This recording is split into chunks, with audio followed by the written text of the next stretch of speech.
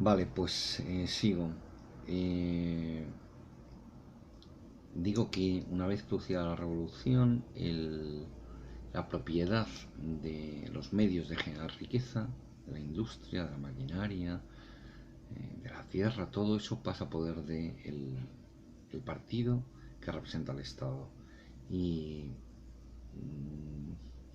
transcurrido el tiempo necesario para que se hayan educado a las masas, para que se haya generado suficiente riqueza, Marx pensaba que el Estado acabaría por ser innecesario y poco a poco desaparecería, con lo cual la humanidad podría convertirse en una especie de grupos de sociedad civil que producirían e intercambiarían bienes eh, con sin que el trabajo estuviera especializado, sin que hubiera división del trabajo. Marx pensaba además que el triunfo del socialismo científico, que es el comunismo, solo tendría lugar si verdaderamente la revolución del proletariado se realizaba en todos los lugares de la tierra, al menos en los países más poderosos. Por supuesto, cada proletariado tendría que hacer su propia revolución. Vale,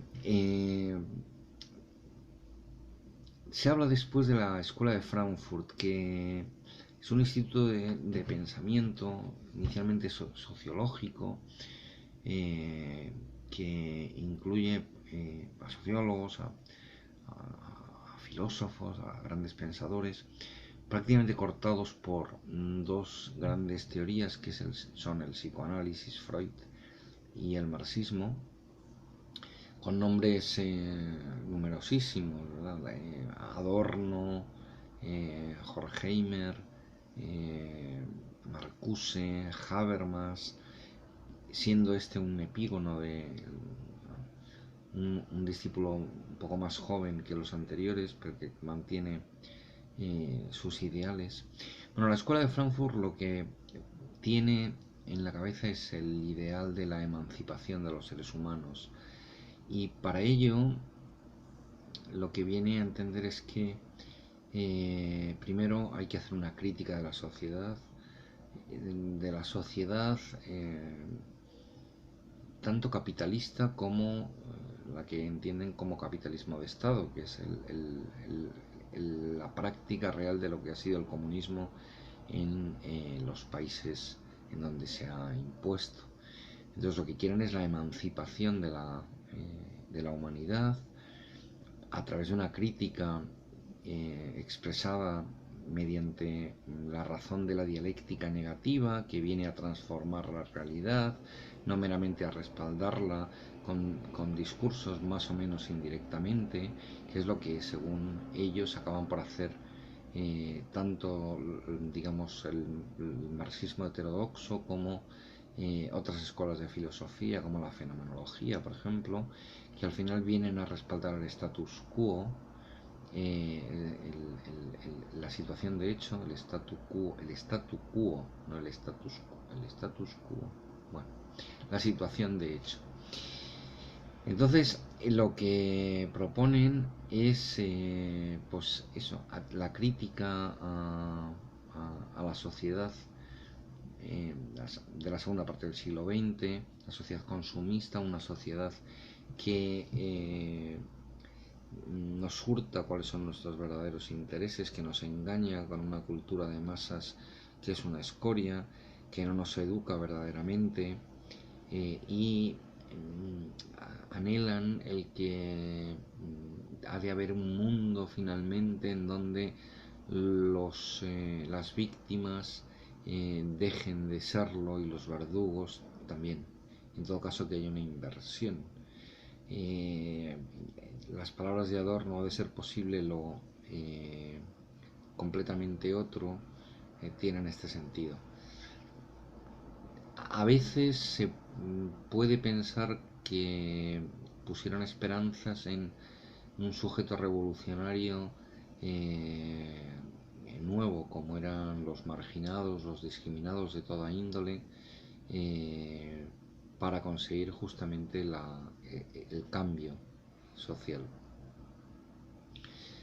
Bueno, la Escuela de Frankfurt ha influido mucho en el pensamiento de los políticos y de los periodistas actuales. Es decir, la Escuela de Frankfurt está muy presente con sus ideas en una gran parte de los filósofos, políticos y periodistas que generan opinión actualmente. Bueno, después quedaría el capítulo justamente de las distopías. Creo que me va a dar tiempo a mencionarlas. Las distopías serían... No, porque queda una utopía más que comentar, que es la de Christian Felber, que quería ser todólogo, pero no encontró facultad en que impartiera esa disciplina, y entonces bueno, él ha conseguido, sin ser economista, que se creen cátedras en algunas universidades de lo que él llama la ética del bien común.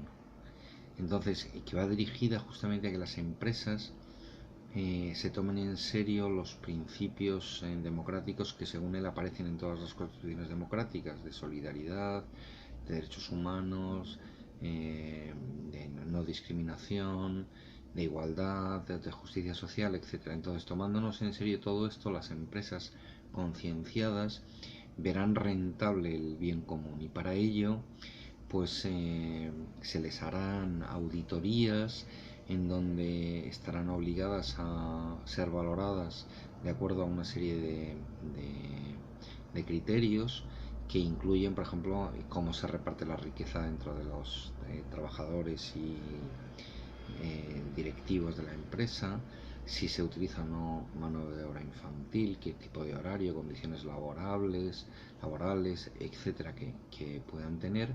Y todo esto precipita en que los productos que ponen en el mercado pues irán etiquetados con un tipo de color. Los que de un modo sobresaliente superen los criterios pues quedarán etiquetados con marcas verdes, y de ahí hacia abajo otro tipo de colores. Por supuesto hay algunos es decir, hay algunos índices que valoran negativamente. Por ejemplo, tener trabajo infantil en la empresa, eso valora negativamente. Todo esto luego al final